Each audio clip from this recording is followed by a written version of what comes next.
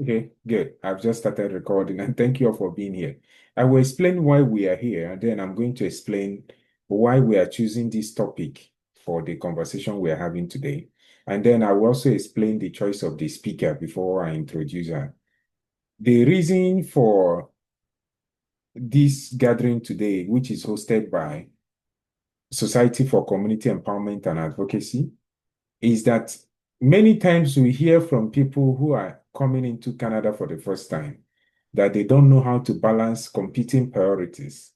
There are several things that compete for attention, and many times we are at a loss as how to exactly balance what it is that are competing for what we are supposed to be doing. How do I start? How do I arrange my children? How do I make sure that I am able to finish schooling if you are still a student? What is the plan that I have for the future? These are important questions that we should be asking ourselves when we come into a new country. And so, Madam Joan is well able to handle a conversation of this nature. Madam Joan is highly reputed in the newcomer community in Vancouver, and everybody that's gone through, for example, UBC or SFU knows the kind of important work she does for us in this community. She's also been featured by CBC for her very important work helping Black people and every other kind of person settle in this country. And I know her very well because she's somebody that supported me a lot when I came in newly myself. She was With our UBC Nigerian group. able to support me a lot. I came to a place, I had food, and then I had very important conversations with her on what to do and how to arrange myself. And she has been an infinite resource. And so I'm going to have her start the conversation, and then everybody will be able to join in. We all will say exactly how we feel about the conversation, what we want to add to the conversation, and how this conversation is important to us. So, that said, I'm going to have to introduce the organization that is hosting this. Then I will introduce Madam Joan, Dr. Joan Onakuru, and then she will take the conversation from there. The Society for Community Empowerment and Advocacy is a non-governmental organization started by myself and a few other friends of mine. The idea is that we wanted to create a place where people can come together and find community and grow. However, there is also something else that we intend to do, and that is we want to be able to help do advocacy work. And that is where most of us lack. As a lawyer myself, I know that representing people is a big deal in a country like this. It's really expensive to use the courts for anything. And that is part of what I am trying to offer us, especially Black people, newcomers to Canada for free. And so poverty law that represents people that don't have money, or people that find it really expensive, or law that speaks your language. That is what I am thinking that this organization will become. And that is, we're working towards becoming an organization that represents Black people for free. In cases of discrimination around housing, in cases of other forms of discrimination, employment discrimination, applying for benefits, we're able to do that for you for free. We can even think of creative means of helping people file for their taxes, the things that help you to settle into Canada, basically, and things that will help you know that you are protected and you have a community. That is what the organization will be doing. And part of the work that this organization is doing is setting up conversations like this so that we can all talk and ask questions one and another. We'll be able to say, these are the problems that we are facing. These are the things that we need. And I'm looking forward to having us here. And Madam Joan, I think I'll go ahead and introduce you now. I really appreciate your having to uh, join us. And if you are here right now, I want you to think of yourself as honored to be in the presence of Dr. John Onokuru. She's a wonderful person. She's a great speaker, and she really, really is somebody that you will find a consistent source of support. And yeah, Madam Joanna, I'm really glad to have you. And yeah, you can start your talk from now. Okay. Can you hear me? Yeah? Yes, I can hear you. Okay, yeah. So welcome everyone and thank you, Uncle Sop. And I'm not Madam Joanne, I'm Joanne. Joanne. So thank you so much, Uncle Sop. And I'm grateful to be here and truly an honor to be amongst us.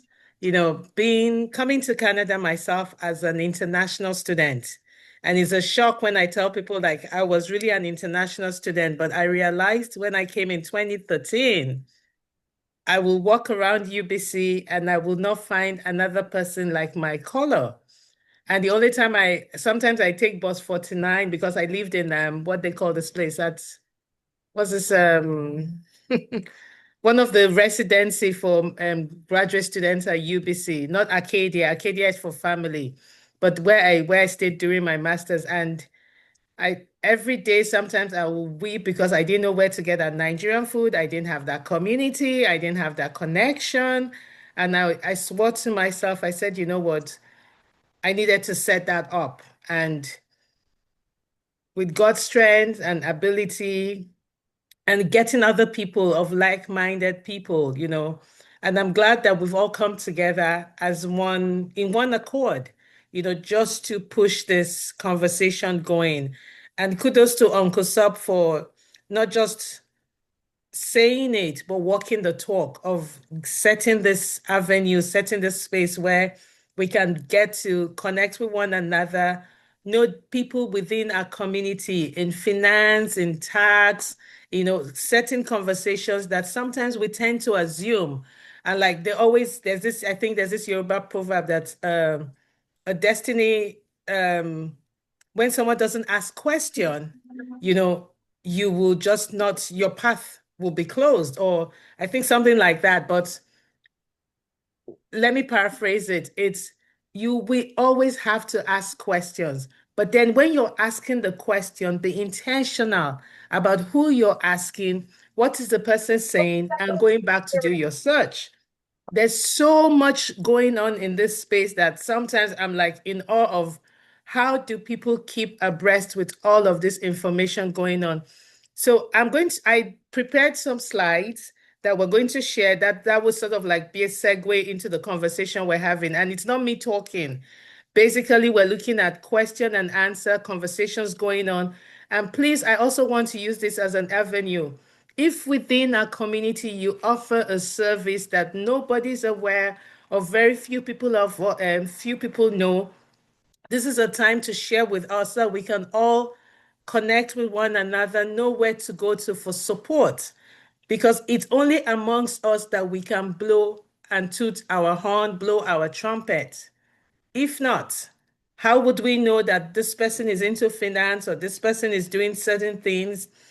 So I'm going to share my slides, my screen now. Yeah, Uncle Sapa. Okay. Okay. From beginning.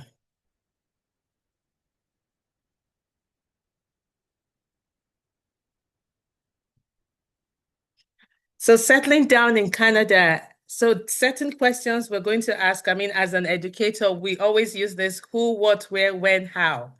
This sort of like this 5 words sort of encompasses the beginning of what questions, the verbs, who, what, where, when, how. Who are we going to be asking? What do we need to know? Where are we getting the information? When do we need to know to file our taxes? When do we know when to apply for certain things? And how do we go about it? I hope to answer some of these questions. And if I don't, the good thing is that so many of us are here and we can always sort of like jump in and share some extra information.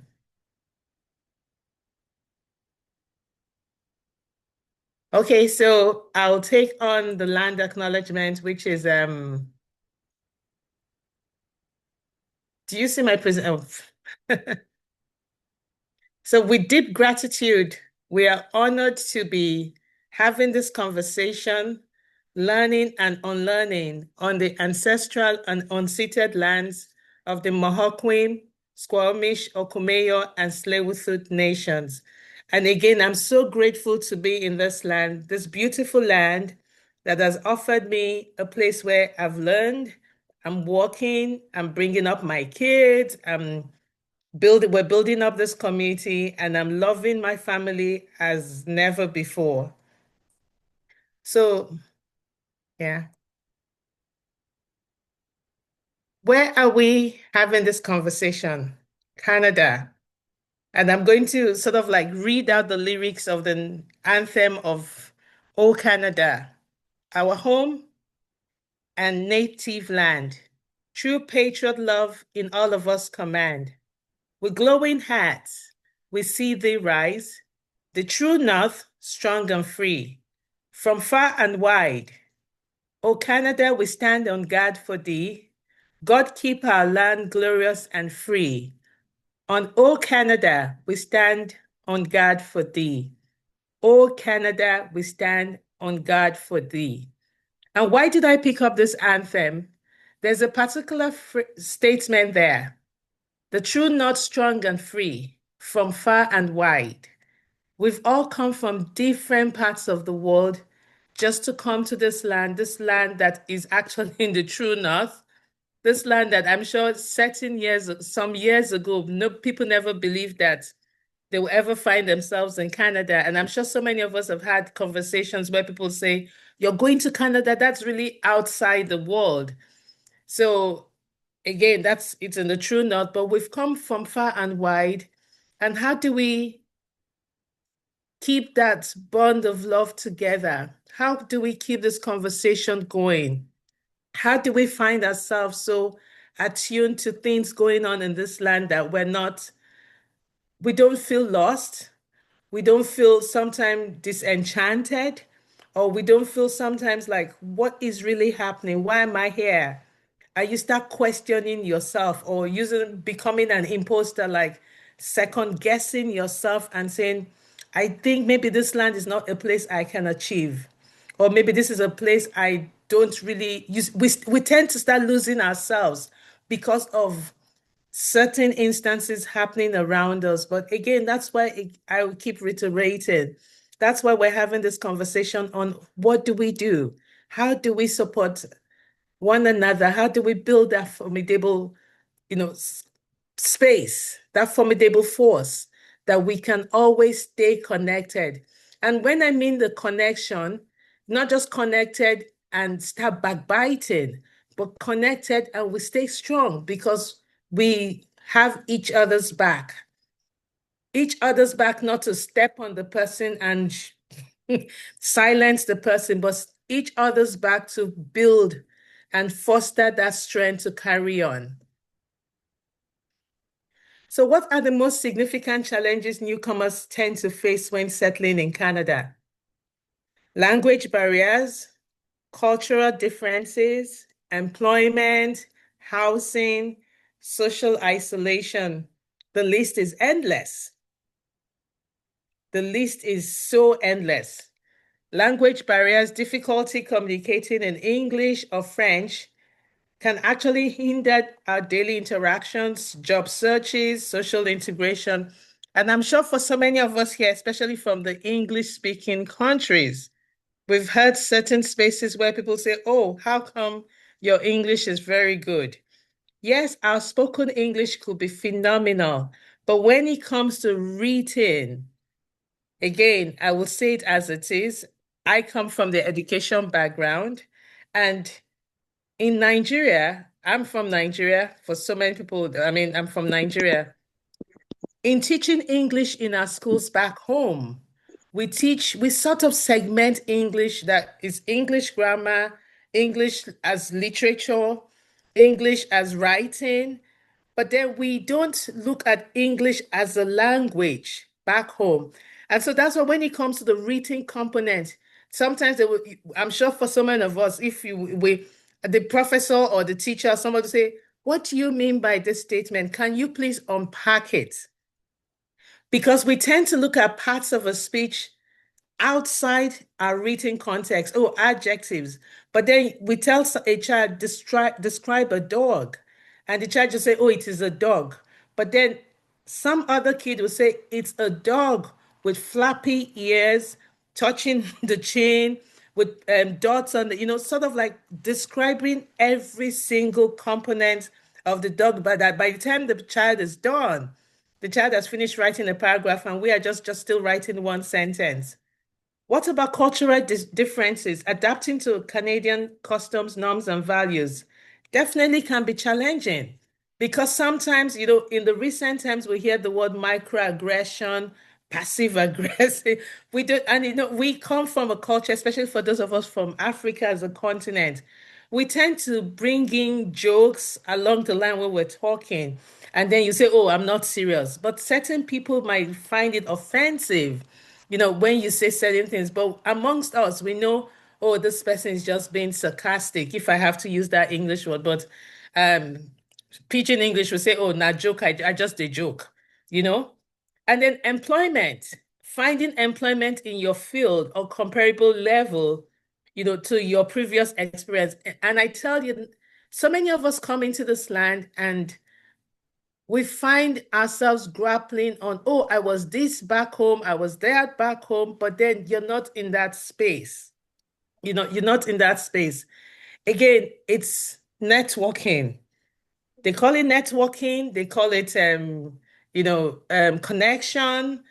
In my language, they'll say imamado, knowing someone within that context to push you. But at the same time, it's one word I tend to use all the time is being intentional in one's job search. But by saying that, no matter where you find yourself, we still have to pay bills. And so you can't say, oh, because I was a bank manager in my home country, I must be bank manager today, tomorrow. Why don't you even get into that space and start volunteering? Start volunteering. Let your passion speak for you. Let your ability speak for you. Find yourself in those spaces and still while doing the job search, because someday, and I'm of this utmost belief, it's again through that networking component, you'll be able to know someone will say, oh, there's a job vacancy here. And I will tell you something today. Someone actually approached me and said, hey, Joanne, there's a new role that has opened. And I'm like, I am okay. Where I am now, I'm okay. I am not taking on a new role because that's more responsibility again, you know, about housing, you know, where can we get affordable housing? 1 minute. I'm a mother and my daughter is somewhere. I will have to pick up this call. I'm sorry. I'm sorry. Yeah. Uncle Sop, I will just 1 moment, please. Okay, if you want to attend to your daughter if she's out, Yeah. maybe we'll give you 1 minute to do that. Yes, please. Yeah. Okay. Uh, I'm sure that we will be, if we all have children in this culture, we want them to be safe, and it's really important for them to come back home in one piece. And so, thank you for starting the conversation, and please bring your daughter back. Okay. Thank you. My daughter attends, there's an event again for those of us who have kids here and yet to have kids and who are parents in proxy. My daughter attends a place called Ethos Lab. It's in downtown, it's in Vancouver off Main Street, and it's actually owned by a Canadian-born Nigerian, Antonia Ogundele. And in this place, she actually set up this Ethos Lab to engage more Black kids into STEAM. STEAM, that's STEAM. I keep reminding her the A because I come from an art background, and I happen to also be part of the advisory committee, advisory board, because we're looking at STEAM within Canada for most of our Black kids who are also born here to look at the cultural component of STEAM and sort of like connecting it to our African culture and beliefs. Again, if you go there on a Friday, they have so many programs. It's called Ethos Lab. They have so many programs, but every Friday they have what they call Freestyle Friday, where young Black kids come from Surrey, different parts. They connect, they have different events, and I will say through this Ethos Lab, my daughter was nominated for the RBC Black Future Scholarship. And of all the kids that applied, only two of them got the scholarship, full ride scholarship for university. So I would like you to avail, and there's so many other places where your kids can attend. And then talking about, did I talk about housing? And yes, housing, yes, let's look at housing. Where do we know we can get secure, affordable, and suitable housing that we can stay in? People always say BC is expensive, housing is expensive. So true. Amazingly, just down about 2 or 3 blocks from where I live, I don't know, Uncle Sop, if you were on the radio that day, the day we hosted the Swahili people. The Swahili community, in conjunction with the indigenous community, bought a land in New West and built a block of flats for their people. That is what we talk about collaboration. I'm hoping someday we'll get to that point where we can collectively come together, put money together, and buy a block of flats or build a block of flats.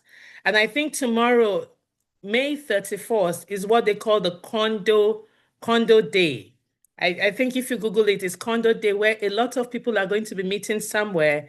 And I think you just pay, you register for $1,000 or $100. I'm not sure, but and you just go and people are putting money together and so that they can now collectively buy condos within a space in BC. But tomorrow, May 31st, every year is the condo day. And then social isolation, you know how it is that we get easily isolated in this part of the world. How is it that we can build this network, which is what Uncle Sop and for those of us at the Nigerians in UBC, that was the reason behind us building that community.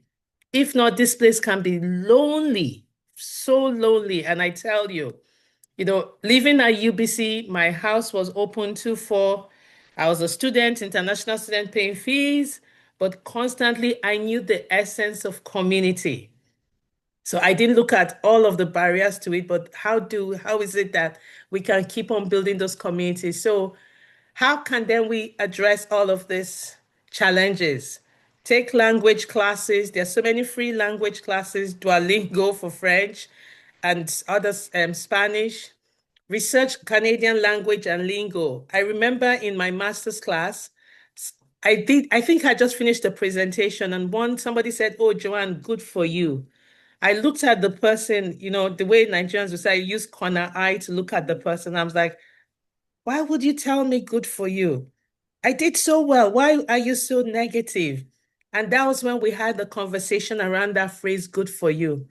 After that day, I realized that, certain words that are being used can be misconstrued by us and vice versa. So we need to understand how words and languages are used, that looking at the cultural differences. For employment, for volunteer, one thing I will always encourage everyone, endeavor to volunteer at so many places, because it's through those volunteering places that you might network and find yourself, connecting to people, network and attend job fairs, explore housing options. There's so many housing options there, and join community groups. Like in our Nigerians at UBC, there are 310 people on that forum. And I tell you, I'm not so good in math, but if I tell you out of that 310 people, max, only 10 people are very, very, very, like they keep that group going. If they're not talking about politics, Uncle Sop is fighting someone, somebody's fighting somebody, or we're selling food or something, but at least so, but the goal is how is it that we become relevant in those groups that we're in? And like the groups I listed here, I'm a member of admin in the Nigerians at UBC. I'm part of the bulk buy. I'm also part of the LNB. It's called Let's Network and Buy. I'm also part of the Forbes BLK by Marriott, also part of that group. I try to join as many groups as I can here, besides sitting on so many boards. Again, there's so many um, what they call them, non-governmental organizations here looking for people to sit on their board. That's also another way. And I'm fortunate I look for those opportunities and I sit on those boards. I sit on the board of the Pacific Canadian Heritage, that's a PCHC mom. I sit on the board of Swetnam College, that's it's a college, private college here as well. And so basically that's one way I found myself networking and connecting to people in different spaces.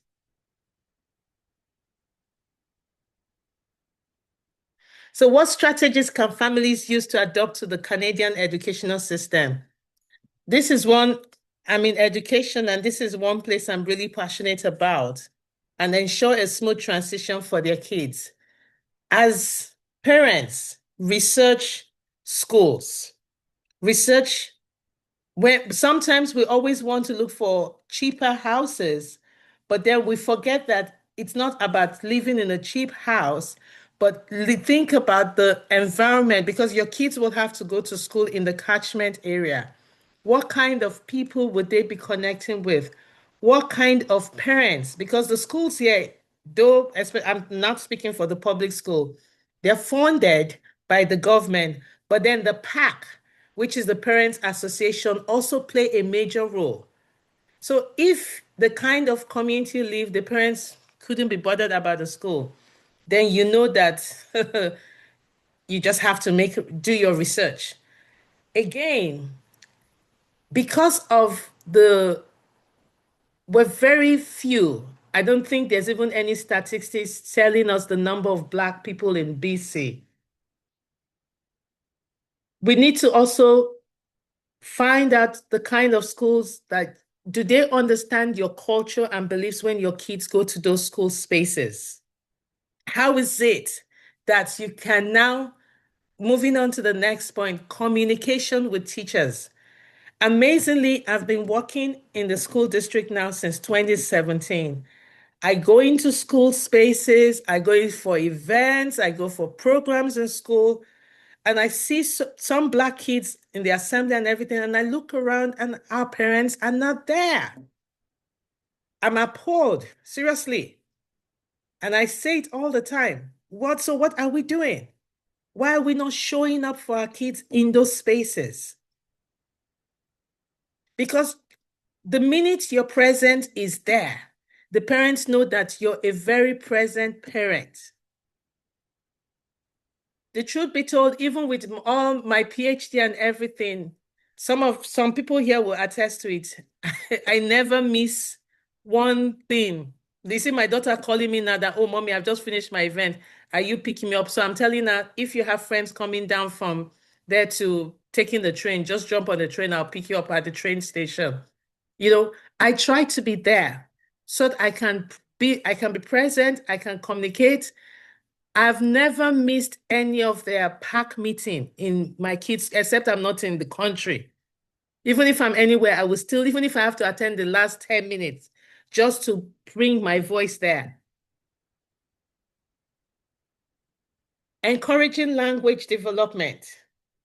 We need to ensure that our kids understand the lingo, even ourselves. How is it that we can build, besides English, build other languages?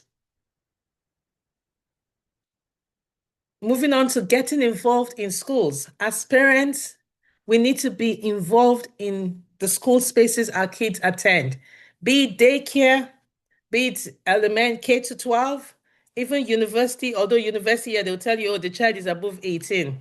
The day I was told that in school, I told my husband and I said, in this school that the school fees we are paying, but hey, they will tell you straight up, the kid is 18. The kid has to give me and his dad consent before they can even attend, they can talk to us about our son.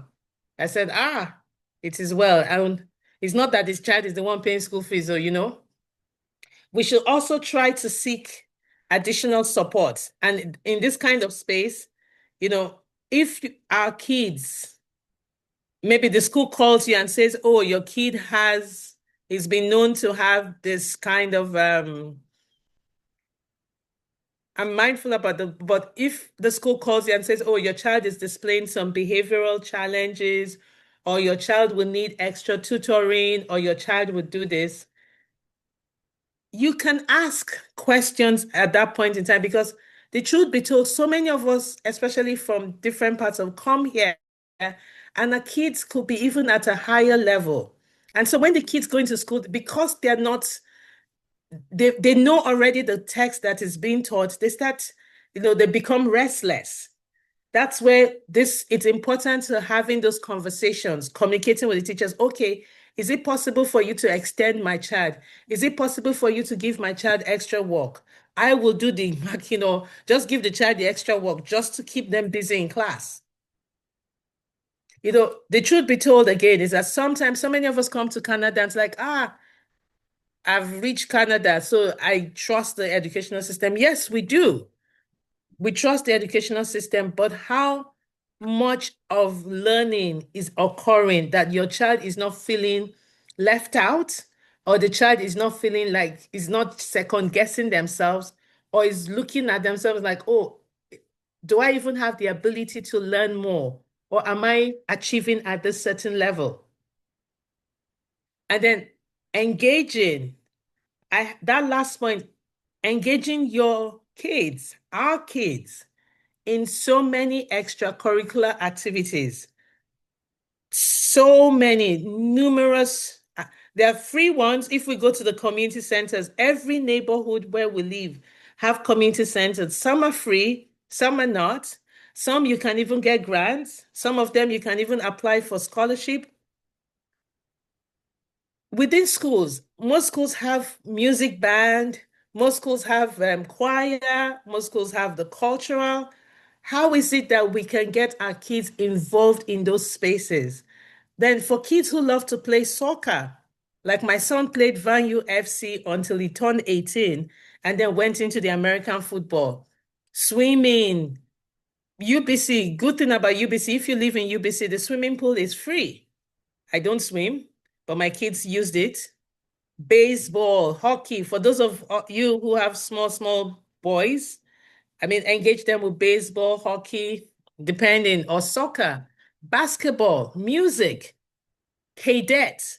I know there's someone on the forum on our Tracy and Kike, and I think they constantly talking about putting their kids in cadet, and their kids are in cadet. Music.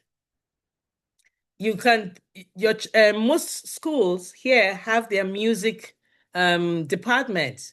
And by the time, especially with the elementary, by the time your child is done in elementary school, if you're what's the word? If you're intentional, by the time my daughter was done with elementary school, she could play the guitar, she could play the ukulele, she could play the xylophone, because I was constantly, hey, what are you doing music today? Okay, this is it. I was there. She was also a library monitor because I wanted her to be engaged in the library. The libraries within our community, besides if Faculty of Education, I know they're moving. Faculty, if you're at UBC, Faculty of Education has a full section of library, a library section for children. Every Saturday morning while I was at UBC, I'm dragging my daughter, we'll go to the library. She's downstairs, I'm upstairs. The BT Biodiversity has a section where kids can explore science. All of these resources we have at UBC. But then if you have to go to the Vancouver Public Library, Burnaby Public Library, all of those libraries, they have events every day that the kids can participate. And if you're looking for a volunteer work for your child, I think they even have places where you can become a peer buddy, reading buddy to younger kids in the library. All of these resources are available. And that's why I asked, what are we searching for? How are we looking for those things? And where are we searching for information? So how can newcomers build a strong support network in Canada? Like I said it again and again, joining community groups or chats, volunteering, attendance, settlement services. There are various newcomer programs. Even for so many of us, when we move to Canada, you have, especially when you have kids, you have to go through the newcomer place at is it Waverly Elementary School, and then they place you in this, they place your kids in the newcomers community until you have your 2 feet on the ground. Connecting with neighbors, but one thing I always say, the way we connect with neighbors back home is different from here. You cannot just go and knock on the neighbor's door and say, hey, how now? Do you have pepper or salt in your house? They just look at you as like, where is this person from?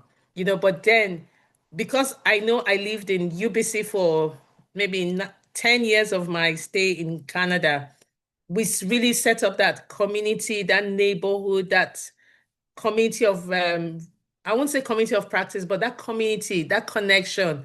I mean, from the bread project to the food bank that started right in front of my house and expanded now that we're doing it. As of last week, we had I think 1,000 people that was being fed on Thursday using online resources, settlement agencies, community centers. Please, please, those community care centers have so much. And our faith communities, the church, the temple, the mosque, and all of these are available. All available. Just you can find your space, your faith. And if your faith is not anywhere, you can stay in your house and like Uncle Sop was talking about Babalawo the other day, maybe he's trying to become a traditional ruler. We don't know. And so what are some cultural differences that newcomers may encounter in Canada? Some common cultural differences, direct communication style. How is it that you say things that doesn't sound or feel offensive? Punctuality, no African time, no, because it's once they say 6 is 6 a.m. Personal space. When is it that we need to know this is where I'm, so this is my own bubble. And being a special educator or inclusive educator, that's one thing I teach all my learners. Having your boundary, having your personal space. And my kids will say, oh, Joanne says nobody should come into this. They will do their hand like this and say, Joanne said nobody should come in here. And diversity and inclusivity. I know some of you will say, hey, this girl has gone to this birth. Yes, we're in Canada, but we need to understand that Canada talks about diversity, inclusion, and equity. And when we talk about diversity, we talk about inclusion, we talk about race, gender, and disability. Race, gender, we have the huge LGBTQI2+ community here. We can't be homophobic or we can't be, yes. It's either you want to interact or you don't want to. Same thing with people with disability. I'm an inclusive specialist, and I believe so much in diversity and inclusion across all spaces. That's my belief. That's my connection. And then how can we adapt to this culture? We observe and listen. We ask questions. We need to be open-minded and intentional. If whatever is, I mean, I get really, this is my opinion, you might find it offensive, but I get really offended when people say certain things and I'm like, okay, if you didn't like it, then why come here? I'm not saying you can't see someone with disability and look at them and like they are not able, or look at someone who is from the LGBT community and become anti-homophobic. You can as well not just be in that space or walk away, because they will always be in your front. They will always be around spaces you are. They will always be in our offices. They will be even in our churches. And amazingly, I come from Nigeria where I knew so many of them back in Nigeria, but they couldn't come out to say this because of the kind of society we lived in. And then we constantly seek out cultural events. I know at UBC every December thanks to Arnold and whoever Arnold and Sam, we decided 2 or 3 years ago that instead of us celebrating Christmas in our homes, we come together as one big community, and it's been phenomenal. We sort of like push towards funding, and when we don't get any form of funding amongst us, we try and cook. And for me, that is one event my kids look forward to, because that's the only time I have older kids, but that's the time they're able to see like their community in one space.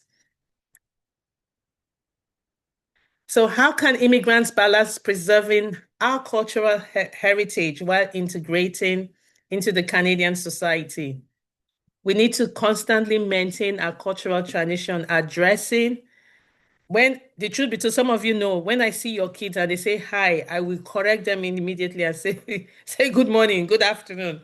And I always tell my kids, same thing when you see anybody within our space. My kids know they will not even call you by their first name. They will go auntie or uncle, because they know that's our culture and they have to preserve it. And for some of you also who know my son is one person who likes to even prostrate, not full on, but even though he's Igbo and it's not our culture, but because he grew up in the Yoruba land, constantly sharing our cultural experiences. We all come from different parts, even in Nigeria with over 450 languages and 400 cultures. Each of us have different cultural settings, but how is it that we don't superimpose our culture here? Because we're in a new land, but we show ourselves while still being respectful. Same as the indigenous, we're being respectful of the land. And that's why we keep taking on the land acknowledgement and recognizing that this land first belongs to the First Nations, the First Peoples. Also learning about Canadian culture and finding a balance. We need to find a balance between preserving our cultural heritage while still integrating into the society. The language, the food, not just imposing our own being, but how is it that we can find a place of intersectionality and knowing when do we know it's time to sort of like put a line. Also understanding the Canadian history. Like I was telling Uncle Sob the other day, I said, I'm just waiting for my baby to go into university and I'm still going to go and learn the Canadian, taking a law course on understanding the intricacies of the Canadian law, the Canadian history, the policies. As much as I'm looking at, I'm reading 142 pages about the special education policy in BC. That's just BC alone.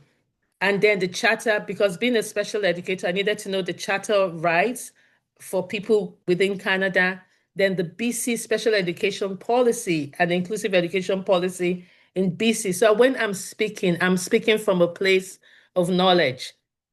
We need to understand their customs, their values. Sometimes people ask, but what is Canadian custom and value? I said, but first we have to understand what's the indigenous, because they are the owners of the land. And then how is it that for those of us who are immigrants, how do we find ourselves intersecting with all of these various cultures as well? And I leave it to question and answer. I'm done talking. Thank you so much, Madam John. We appreciate you so very well. Dr. John, I know you don't like me calling you Madam John, but we thank No, you. madam. We, we thank you so very much for that. And I like how you went through several of these conversations, pointing out really important things that we should know. So I want to ask you my own questions, but I want to know if there is any questions that the community has, so that I will use that to frame my own talk. I want to ask you questions on. Stop highlighting me. Stop highlighting me. I want to see everyone. Stop, Oh, stop, okay. stop spotlighting me. Okay, good. This is everybody. Thank you. Do you want to be like this? Yes, it's better. Okay. So I want to know if is there anybody that has any question, anybody that has anything to say? This is your time to ask Madam Joan. You can ask questions on what we've talked about. You can ask questions especially on what you are facing. For example, I don't I know the conversation moved a little to people who have children, and I do have a child myself, so I really enjoy that. And if you have a child, you enjoy planning a future for your child in Canada. But I want to talk about regular people. Yeah, whether you have a child or not, there are really some important things that we are like facing. And I want to know if there is somebody that has any questions before I ask my own. And I will leave the floor open for 5 minutes and not 5 minutes, just I will leave it open for 30 seconds for anybody to react to what you said or ask questions. Then I'll ask my own questions. I have prepared some questions, but I will have you ask your questions. Okay? We do have Solange raising her hand. Okay. Go ahead. You can ask your question, Solange.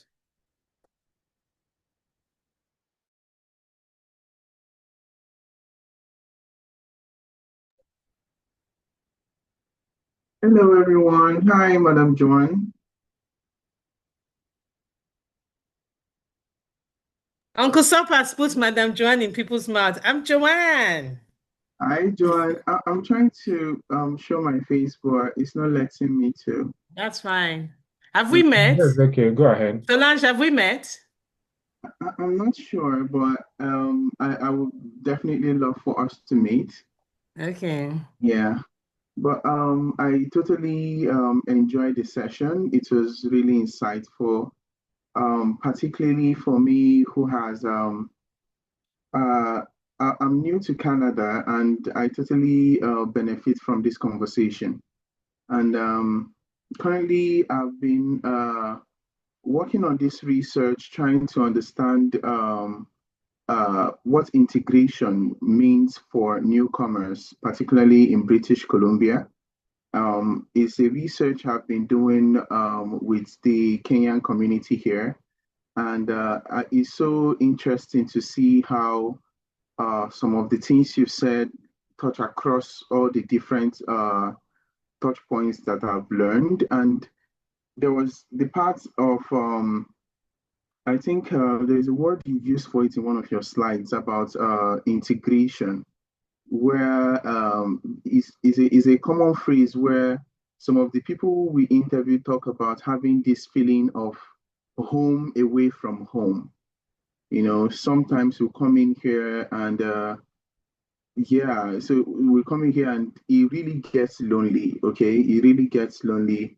Um, my wife is here to join me here in Canada, and really it gets lonely. So coming to find communities like what SOCEA is trying to achieve, I think is definitely going to um, go a long way.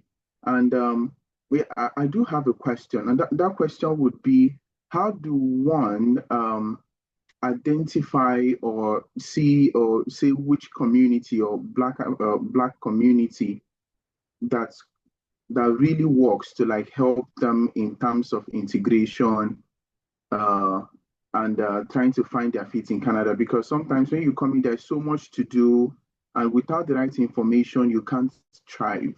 Okay, without the right information, you don't even know what to get started with. Do you have to get your SIN right now? Do you have to? There's so much conversations around settlements that so much just jumps at you, and it becomes confusing.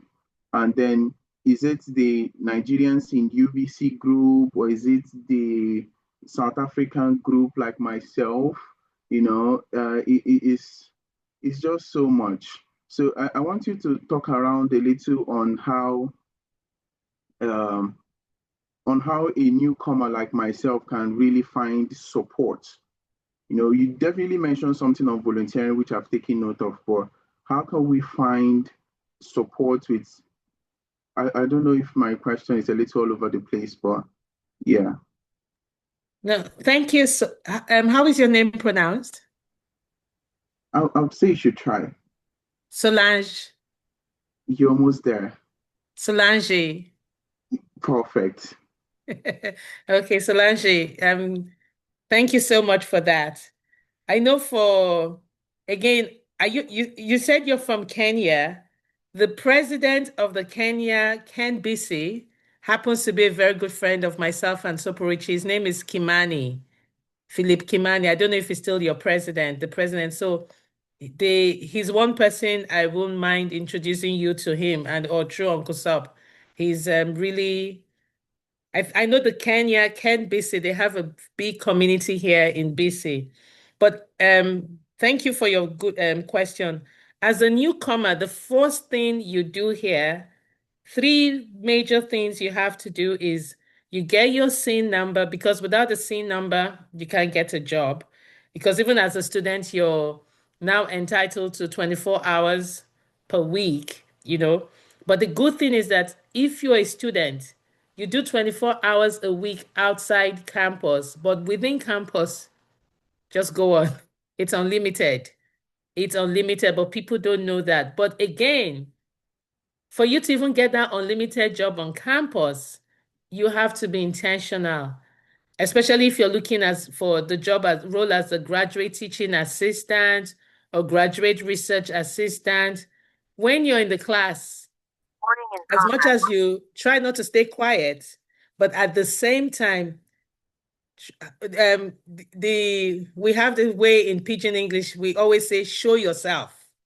Be intentional about depicting your knowledge, sharing your knowledge in the classroom, because that's where some professors will start looking at, oh, this person has some fair idea on this, has some fair idea on this. Amazingly, because we had a meeting on Thursday, and the district principal was saying something. And then another district principal said, oh, do you know Joanne was part of that research? And everybody in that office looked at me. Because this is indigenous. Yeah. Sorry? Everybody in that office looked at me because, number one, in my office, I'm the only Black person. And so it's amazing how now when they say something, I just chip in there and they all look at, where is this coming from? Because funny enough, I'm proposing a workshop titled Culturally Responsive Framework. How is it that whatever we're doing, they will look at it, they will understand that as educators, all our classrooms are diverse. It's not oversabio. Somebody's putting it's not oversabio. Because when Oyibos want to do oversabi, their oversabi no get part two. They will go full on to show you that they know more than what you said.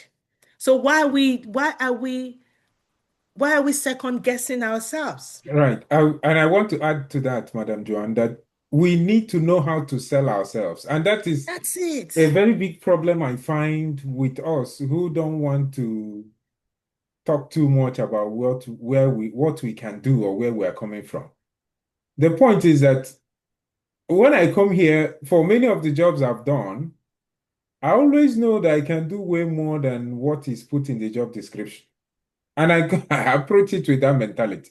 Like, there is really so much resources that we carry as people that come from the developing countries, that just know that because you carry a white skin and you speak with this accent, people will look down on you immediately. That is just the truth. And you need to let them know, clear people, that I am not a pushover. Like, I know exactly what I'm doing. And even if I'm not very good at this job, if you teach me, I would know it better than you. I will do it better than you, and I will deliver, And I don't think it's oversabi. There is nothing to be gained from fake piety. That is this piety that doesn't want to talk about yourself, so it doesn't look like you're doing too much. No. If, for example, you're in a graduate teaching assistant role and another role shows up within the same department that you want to do, let them know that you can do that, right? Don't say, oh, this is oversabi, or no, I don't really like that oversabi word because of there is a sense of piety that comes from our learning and how we are trained, where we are coming from, that, oh, don't talk about yourself, somebody else will. How will somebody else talk about you when they don't even know you? Yeah. So Solange, first and foremost, your SIN, bank account, and phone number. Once you've gotten those three, the next thing is look at, especially if you're UBC, there's so many volunteering spaces, one. Two, if you're even whatever university, within that department or faculty, start looking for teaching assistant role. Again, I would okay, I will share this. I came into UBC as a master's student 2013, September. By January the next year, that's term two, I was already made a sessional, not teaching assistant, sessional. Because anywhere my prof is going, I will tell her, I want to follow you. She will say she's going to do, I say, I'm going to go with you. I was literally like following her everywhere. And then she's taking, and while I'm there, I'm busy taking notes. When we're going back, I'll say, oh, this is good. And I will start, I can talk from now till next year. I will start giving her feedback. This is what I like this, I like this, I like this. She said, oh, Joan, I think we should include it. Lo and behold, before I knew what was happening, she puts me as a sessional. And I'm like, not even TA. I was like, how can this lady just throw me in the midst of white people to teach her? And you won't believe it. I was going to be a sessional in a PE course. Me that I've never done any sports in my life. But just because I was giving her feedback in all the various places we're going, she wanted me to bring my own space, and which is being an inclusive educator. How do I bring in inclusive physical education into PE? And what do I mean by how is it that we can do soccer for the blind, but wheelchair basketball? All of those things were the niche I carved myself within her course, and the rest is history. But because I just said, so she was like, oh, I said, yes. I showed her how we could do soccer for blind people. You put those a bell in the ball, blindfold all of them, and all what you're doing now, you're no more using your sense of sight, but you're using your sense of hearing to discover where the ball is going to. We did wheelchair basketball, wheelchair tennis. The wheelchair basketball, on the wheelchair, you go and you find someone who is, and then you sort of like, we came up with our rules. That was me being intentional at that space. I saw another course for that summer. I applied as GTA. I did that course for GTA as a GTA for years until 2 years ago. When I graduated, I took on the role. Even before I graduated, they made me teach a graduate course, and I took on the role of another sessioner in that other department. So Solange is finding yourself intentional in every space and letting people know. It's not oversabi, as someone said, it's just letting people know what your capability. But the truth be told, you can also, it has its pros and cons as well, because they might just, what's the word? They might look at you and like, we want to pull this person down. But there's something that my sister used to say, my kid sister says, nobody can stop your star from shining. And so again, Solange, this is a community of us here with you. We're in this journey with you. I can always, my baby's back, finally, so I can have this. Hi, I'm Alex.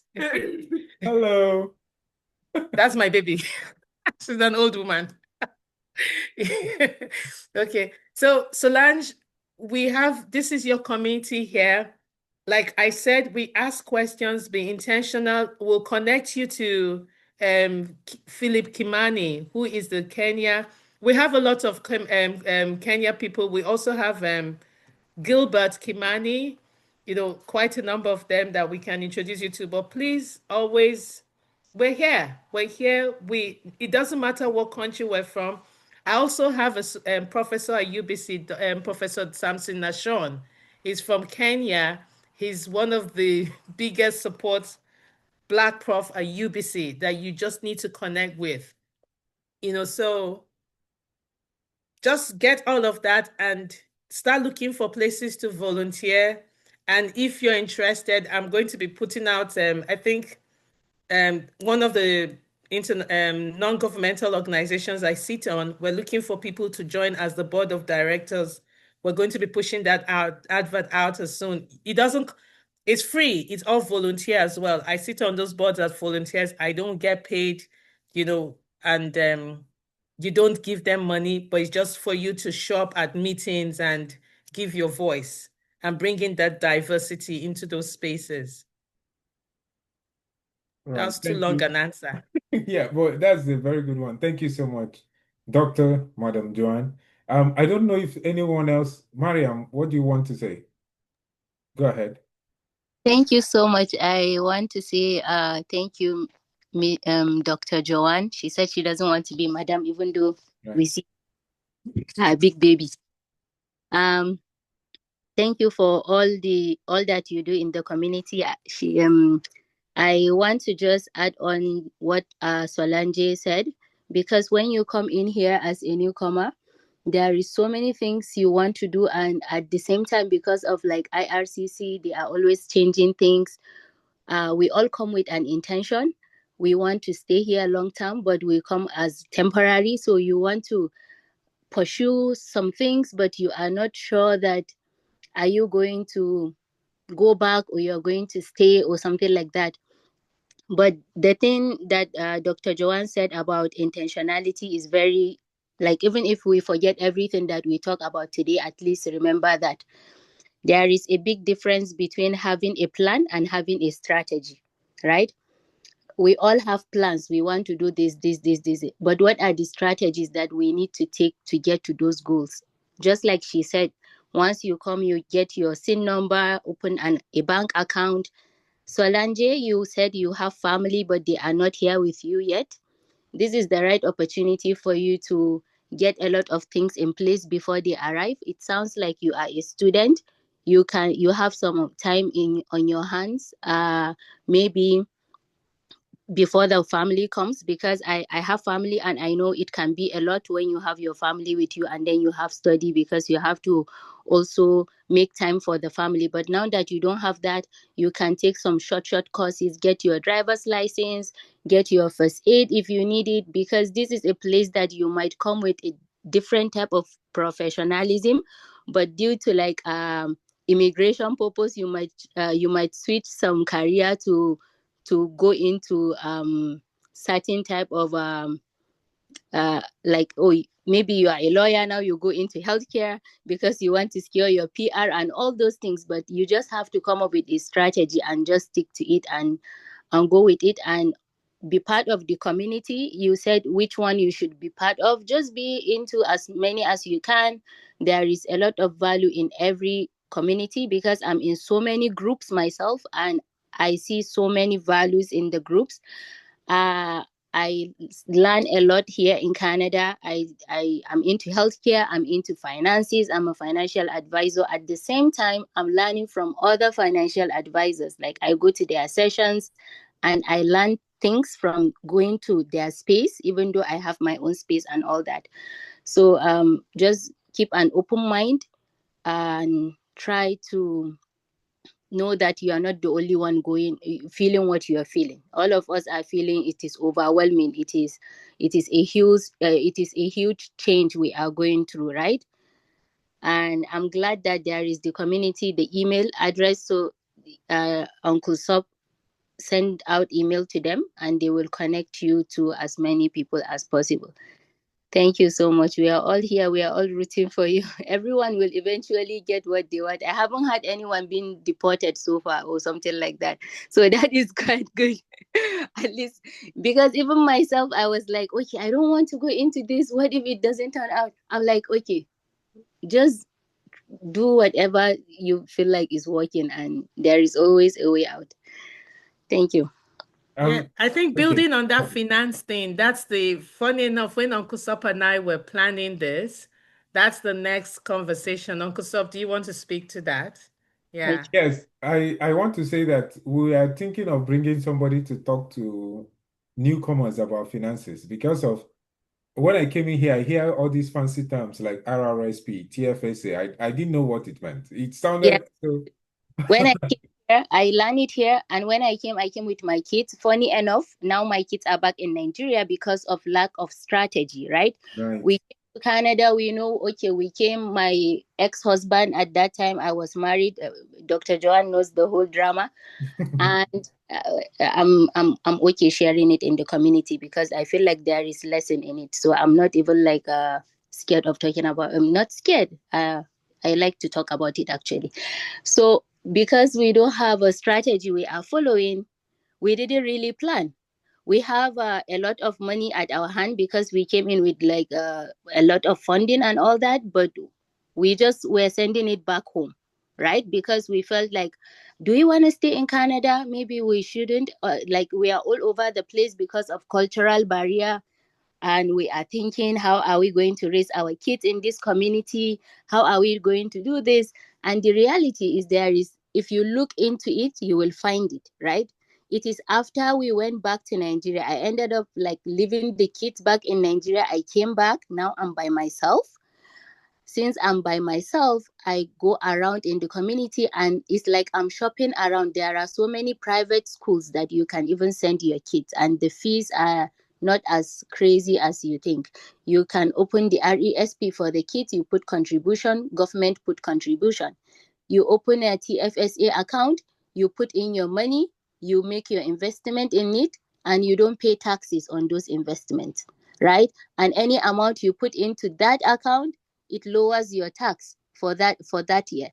And like if you are already going to stay in Canada permanently, depending if you want to grow a business, you have ambition to be like a business owner, be a potential millionaire, maybe you don't even need the RRSP, right? The retirement, maybe it's not going to be good for you, but you have to speak with a financial advisor to learn so many things based on your own goals, based on your own career and all those things, because everything is personalized. Finance is, there is no one size fit all. It's all depending on the person's ambition and goals and when they want to retire and what size their family is and what is the size of their income and all those things. So we look into all those things before we come up with yeah, but there is always like the foundation knowledge. It's like you can talk about it and it's general, but when you want to learn more specifically for yourself, then you have to go in and do like a financial needs analysis based on your individual goal. Right. Thank you so much for that, Mariam. I really appreciate having to throw this in there. This is part of what we are here for. And I want to say something that is really important. And that is that the community that we are trying to build, part of the work I want us to be doing at SOCEA is that we sit with somebody and plan their life for them. Like doing personal coaching. Because of that is even a very, very important aspect of our life here. There are people that come, they don't have a lot of information. They don't know, they are so worried about being deported. They are doing literally everything.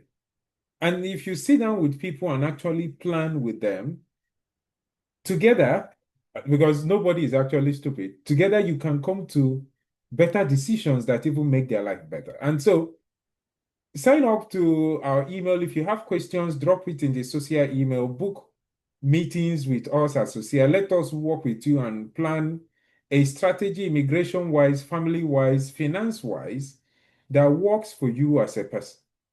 And that is part of the group, that is part of the benefit of having a community like this, or an organization like this.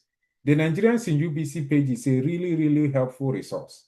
You can go in there, ask your questions. There'll be somebody to respond to you. But if you're even too shy to ask your questions, then hit up somebody in SOCEA, for example. We're going to talk to you speak to you in a language that you understand, and work with you to come to a kind of a plan for yourself that really works. And yeah, thank you so much.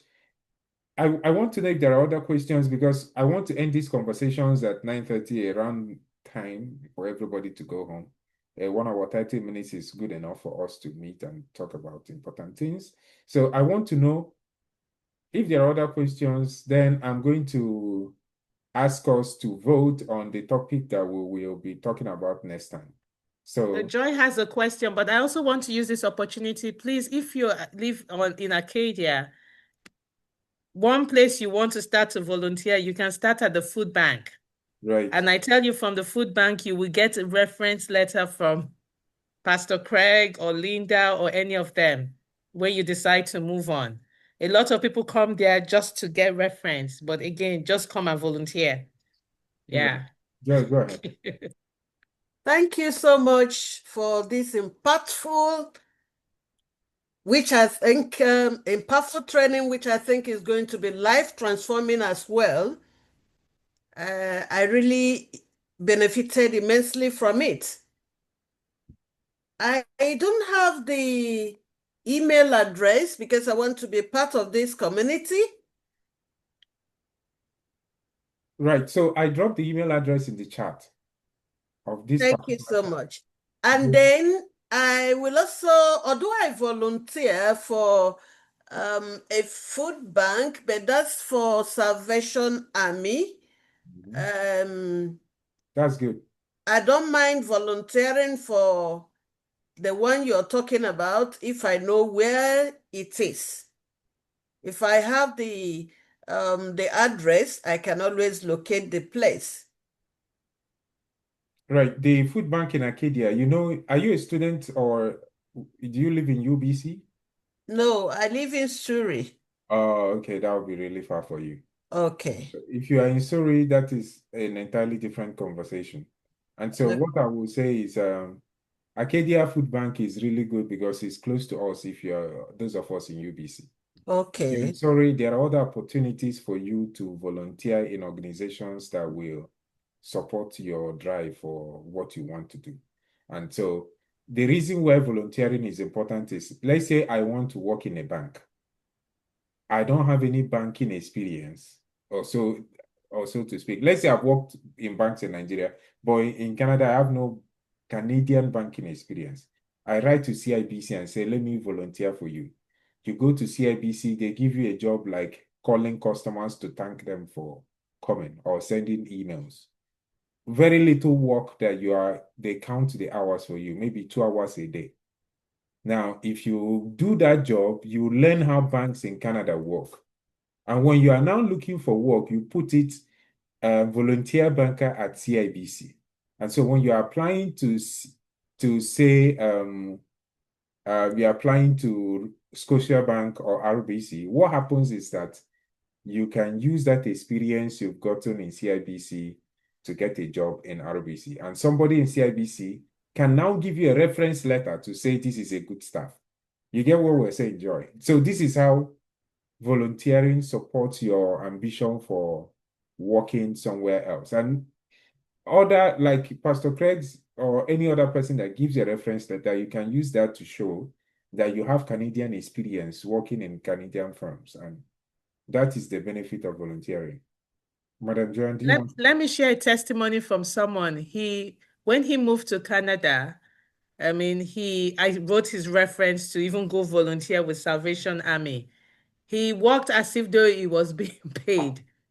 When you won't believe, he moved from volunteering to assistant manager in that store.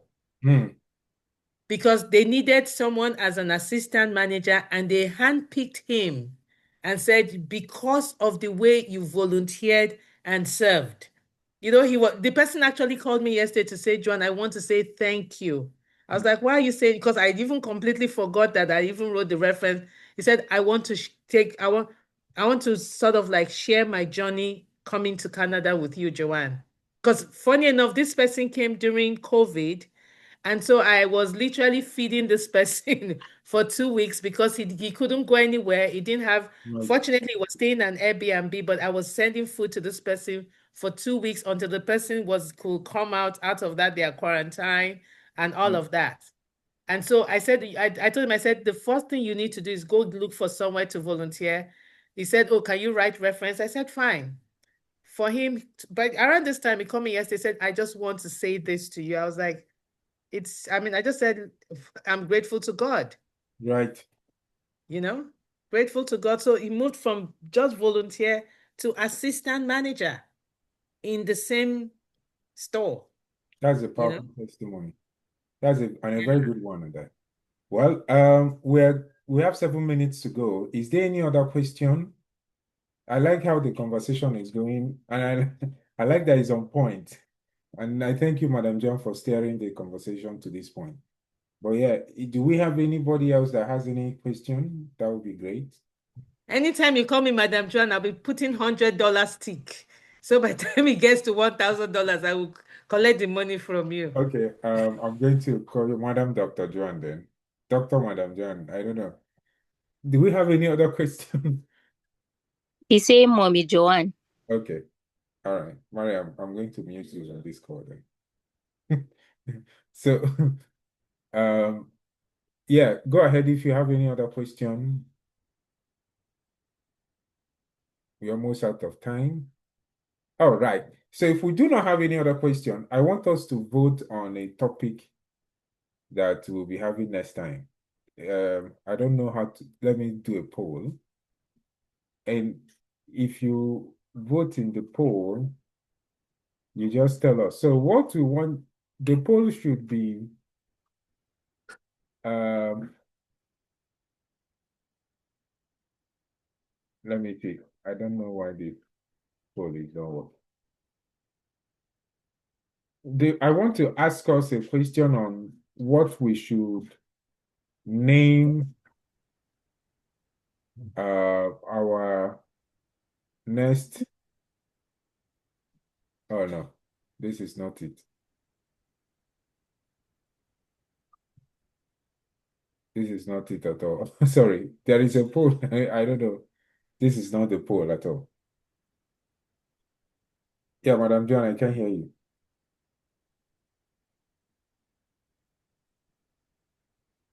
There's a question on the poll already. I don't know why. No, yeah, I don't know why that is happening too. I'm trying to change it, but it's not changing. Anyway, so what I want to ask you is, the topic we are looking for next time is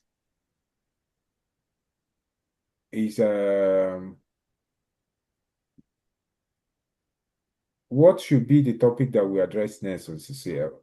Because we want to be having these conversations once every month. And the topics we have is how to understand my finances in Canada. We'll find somebody who is a financial expert. Maybe Mariam will help me out there or not. I'll just I find. will be happy to. I like to talk anyway, so why not? Okay, how to understand my finances in Canada. Because work so hard now. Everybody, we are just working by the hour, like working, gathering the money. So yeah, that's good, but I will discuss with you how to talk to us about it from perspective of somebody that is wanting to start a business and settle. Another topic that we might talk about is balancing our health and the work we are doing in Canada. Balancing our health because of many of us, some incidents has happened that's really frightened me. And I think that we may have conversations on how to take our health seriously, understand how to use the hospitals, especially considering that they are free for most of us, except if you're a visitor. So I have balancing my health properly. And then I have a last topic. Yes. I included balancing our health, mental well-being, and work. That is why it's good to have a PhD. I didn't even think of this one. The last topic is I want to invite our friend Godwin. Godwin is a Ghanaian professor. He finished from UBC 2 years ago. He got a job at University of Alberta. And I just heard don't tell anybody, just between us, that he's coming to UBC Law. And so he's a very young man, so I want him to share his story of his success story. So inviting Godwin to share his success story for us so that those of us that want to teach and are hoping he'll tell us what happened, how he did the juju, Anybody still wants to teach in academia? and they are making money. Oh. I heard the salary is between 150K to 300K a year. So that is That's lawyers, not education. thank you, Madam John. You are trying to spoil my wait, excuse me. Hello. I'm trying to aspire to something here. Thank you. Education are getting 80% of that now too. So maybe bring Godwin to share his success story. So which one is it? Madam John has put all the topics in the chat. So I think number 2 will no, be just tap in the chat. Oh, Don't okay. influence the vote. Don't rig. Don't bring that Nigerian stuff here. Please okay. just vote in the So chat. we say like 1 for the first one, 2 for the second one, 3 for the third one. Yes. Yes, please. Okay. Just vote in the chat. Success stories from Arcadia. Oh, wait, I have 2 votes, voting number 2 already. Yeah. That's good. Even Mariam is voting number 2. We need the mental stability to spend the money and then have ambition, right? All right. So please, I would like us to vote. We have 21 people on this call, or 20 now. If you all can vote, I'll really appreciate it. And then we'll use that as a signpost for what we will do next month. The time will be announced. We'll send you emails like we did the last time. But please let us know. Okay, we have 2 ones and 2 twos. 3 ones. Nobody cares about their health. They want to make money. I am even surprised. Oh. I am surprised that people are saying 1 after that number 2. Yeah, Do you know, the truth be told, those 2 topics can be, you can have that, you can juxtapose both. No, we're not because just proposing, we are doing one. Because the people have voted. I said choose 1 or 2. They choose 1. So that's it. No juxtaposing. We will wait to touch on number 2, even if we are doing number 1, like maybe just 2-minute touch and it will be perfect. It will blend in well. No, I think we'll let's do that go next for week, number 1. We are going Because for it's I mean, everybody's choosing number 1. Because people are working hard for their money. No, because you see, the truth be told, if you understand your finances, You then you come know down how with to balance yourself and your well-being. Yeah. But it's because we don't understand our finances, we are doing Jackie work. We're It's- working round the clock. Yeah. We're not intentional. So I think, if being able to understand, I mean, like for so many of us, if we knew TFSA from the day one, Right. Me too. coming That's one of here. my biggest regrets because Yes, that's the thing. I didn't know about TFSA until we were about to buy a house. Wow. Yes, and that was just 2 years ago. And this is me being here. I've been here for how many years already? So imagine if I had conversations of TFSA, ARU, I mean, even RESP, for especially those of you who have younger kids now. Right. Go and open an account today, tomorrow, and be putting, even if it's $20, $30 every week into that RESP Now, Madam account. John, let's leave that for next month. You can put the $20, $25 We'll money. do that conversation next month. And I really Yeah. appreciate all of you willing to help us to balance our finances well. This is really great, and I like that. So the people have chosen between well-being and money, we will go for money, and that's really great. And so The way you put it is funny though. look forward to us inviting you to our conversation next month, not next week, please. I will stop recording now. And wait, let me look for where to stop recording. Good. Thank you. And I want to thank you all